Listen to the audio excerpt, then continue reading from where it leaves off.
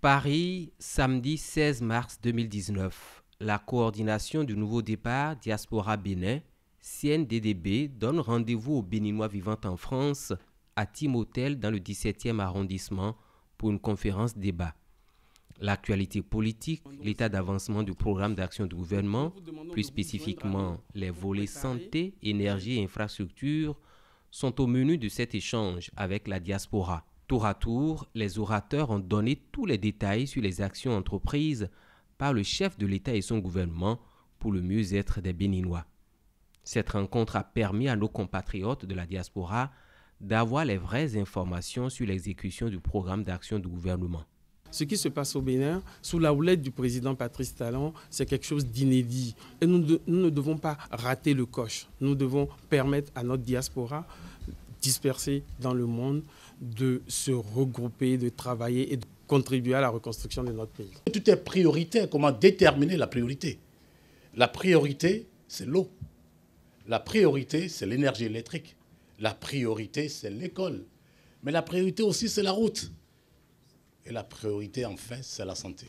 Le témoignage d'une Française sur le Bénin vient corroborer que notre pays est sur la bonne voie. J'ai demandé à une amie qui travaille, qui est journaliste depuis des années pour RFI, quel pays elle me conseillerait, et elle m'a dit qu'elle, pour en avoir fait énormément, il y a un seul pays qu'elle me conseillerait, c'est le Bénin, parce que c'est celui où je serais en sécurité totale et où j'aurais absolument aucun problème en tant que touriste et en tant que femme seule. On est finalement parti, alors je ne suis pas partie toute seule, mais on est parti à 2 femmes, voilà, au Bénin. Ça a été une découverte absolument exceptionnelle, vraiment.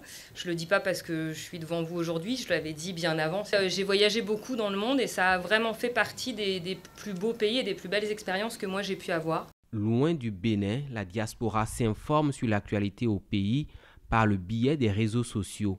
Mais à cause de l'intoxication sur la toile, la CNDDB fait œuvre utile en mettant à la disposition de la diaspora des informations fiables. L'information n'est pas souvent très facile à passer ici, mais il y a plusieurs gens de la diaspora qui s'informent beaucoup plus par la CNDDB.